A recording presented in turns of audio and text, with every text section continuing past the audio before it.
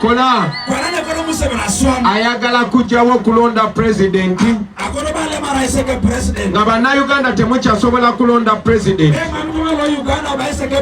nga pulezidenti bamulondera mu parliament. So I want us to use this opportunity as the very last opportunity. That is why we called it a protest vote. It has been 40 years. Emyaka makumi ana. Abasinga wano muli bato.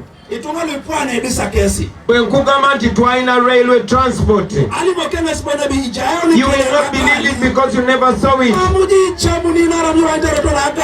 Wano mu Uganda ffe bwe twali tusoma nga tuli bato nga cash crops eziri mu Uganda, ng'olina cotton,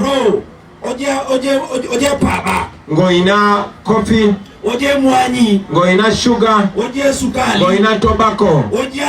Naye Museveni yali ayagala kwavuwaza bantu because it is easier to rule over poor people than rich people. Therefore, he went on destroying the communities that were earning from these crops.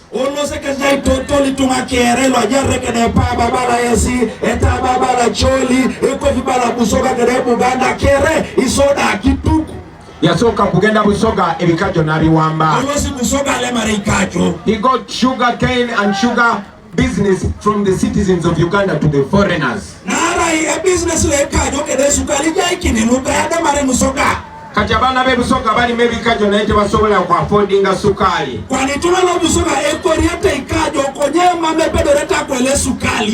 N'agenda Northern Uganda n'asaanyawo tobacco. Wano mu Eastern Uganda n'asaanyawo cotton. All the generals are just a shadow of their former selves. Kati ffe waffe Buganda Nebugisho wa Bamansamusa yatulindako katono. Abantu abamwe Buganda bali baluuza bali safe. They thought they were safe. That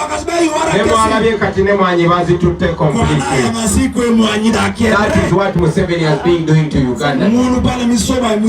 But as if that is not bad enough,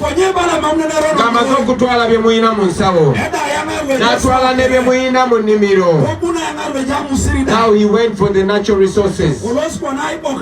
Yasoka kugana bana Uganda okulimira mu bisenyi. Sirwa conserving environment.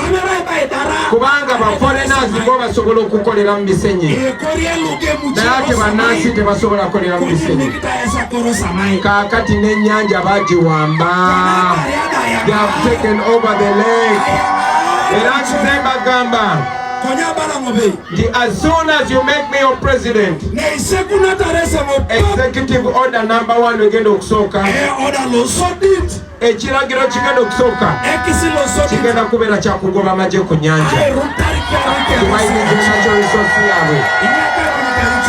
Kimanyi ssaawa zino amagye gabajjako ne ssente okozesa ennyanja ate ennyanja nga yammwe. Mwalabe wano omukazi w'amagye telling people nti bwe mutalonda Museveni agenda bagoba ku nyanja. Bana lwaki mukkiriza abantu okubamanirira? We can vote all that nonsense out. I am also aware that all the money lenders in your region, they come from another part of Uganda. Kwegamba Museveni akola modern day colonialism. Bajja wano nga baagala kubafuula ba slaves. That is the intention of this man. That has always been his plan. Baagala bakuuma nga muli mu bbanja nga Museveni ababanja. That way you will worship him forever. So I come to you, brothers and sisters. Najagala bagamba ebyo byonna bisobola okuggwawo. We can finish all that, and that comes when you decide that enough is enough. I say enough is enough. New Uganda. Uganda naitetet. In a new Uganda. Uganda naitetet. Jagalo kuba kuirako torch katono nyo. Akona waino kaina sa torch ne dit. So you can understand where we're going. My brothers and sisters, in the new Uganda, we are voting for a leader and not a boss. We are voting for a servant and not a king. Banange bemuna mfula president wamwe. Ebyo kugala makubo kubanga president yaja ebyo bikoma mu Uganda nkadde. Bemuna mfula president wamwe. President. Ebyo kufuga okumala emyaka 4 nga omuntu omu ebyo biba bikadde. Bemuna mfula president wamwe. We are going to have a taste of a true democracy. Abantu beba boss. Ngabakulembeze ba servant. That is what is supposed to be. Nekati sawa zino. Bana basajja Uganda bajifude kingdom of Rwachitula. Nga Museveni ye president. Museveni ngese president. Mutabani we yakulira amaje. Okoke ngese polo kitajore. Mukazi we ye minister wa education. Wadete yasoma. Mamukero shobitada.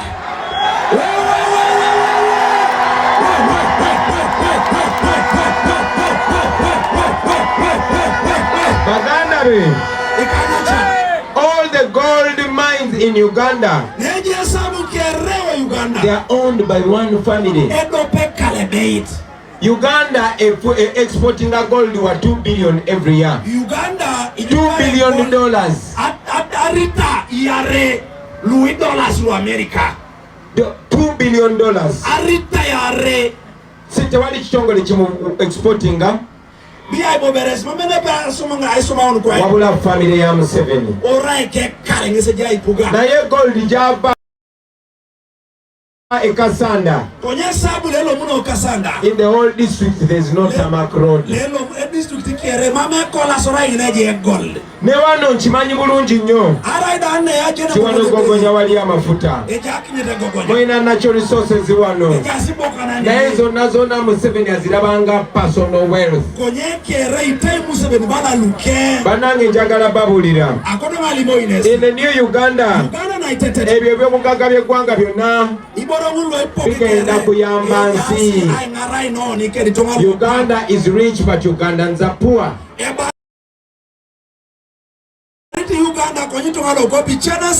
We have money but our roads are terrible. Laba oluguudo luva Kaliro okujja wano Palisa. Impossible. Amalwaliro gaffe boogeddeko ku Palisa hospital. Byazimbibwa Obote. No improvement.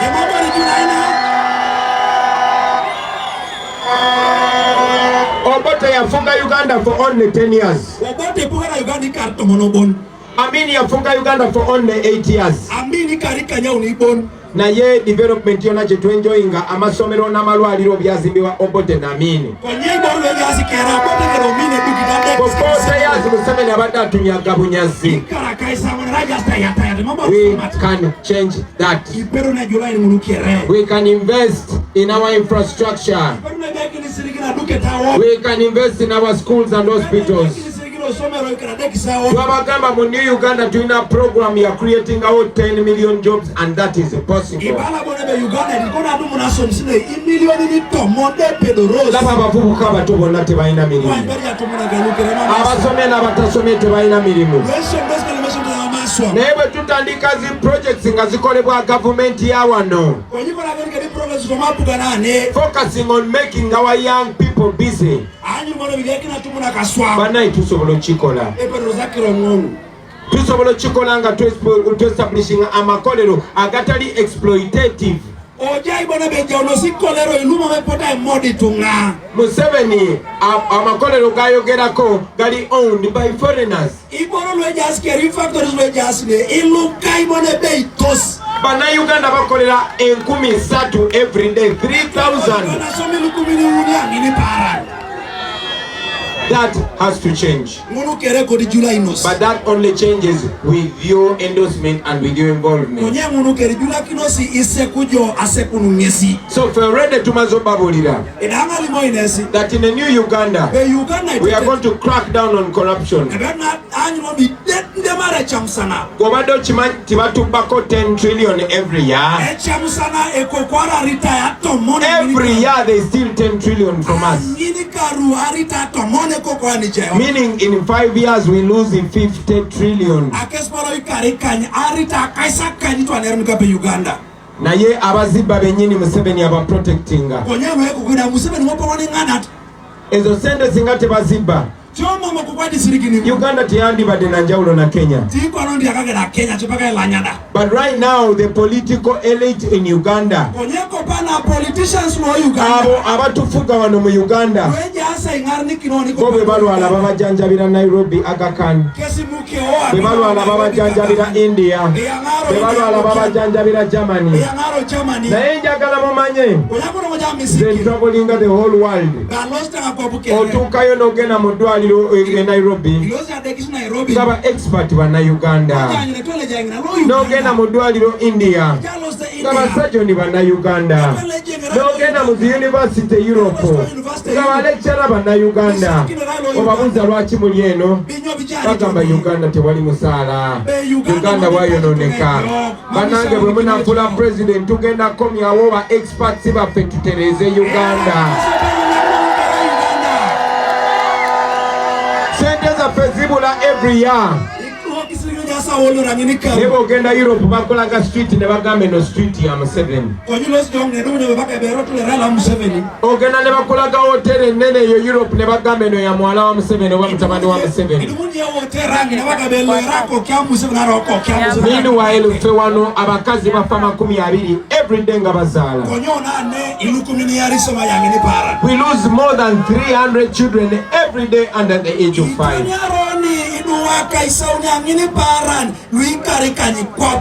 Ekyo kibaawo kubanga bwe tusomesa badokita buli amala okusoma anoonya visa kufuluma Uganda. Kubanga wano tebasasula basawo. Abaana baffe aba primary bafunye holiday. Naye taamu yonna nga tebasomye. Kubanga abasomesa tebabasasula. Meanwhile sente zirina okusasula abasomesa. Baziwa bayimbi bayimbe tubonga naawe.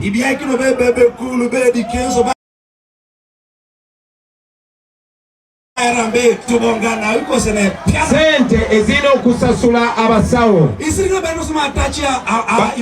bazidiployinga mu basirikale kuba bantu kiboko. Sente ezirina okugula ddagala mu ddwaliro bazigulamu tiyagasi n'amasasi. Genda omulire Palisa hospital. How many ambulances do you have? Mwena ambulance meka. Naye kakati bwe mbasimbudde mulaba emotoka z'amajana za polisi meka ezigoberera Bobi Wine everywhere. Bobi Wine kasajja katono sina wadde ne jinja. Nina just flag ya Uganda. Naye sente ezirina okukuuma obulamu bazikozesa kusanyawo obulamu. Kubanga the mission of Museveni and NRM is not to develop or improve life in Uganda. Their intention is to keep power in Uganda and continue exploiting the people of Uganda. Uganda Museveni agirabanga property ye. And it has to be us, you and me, to get Uganda out of Museveni's hands and place it in the hands of Ugandans who care about Uganda.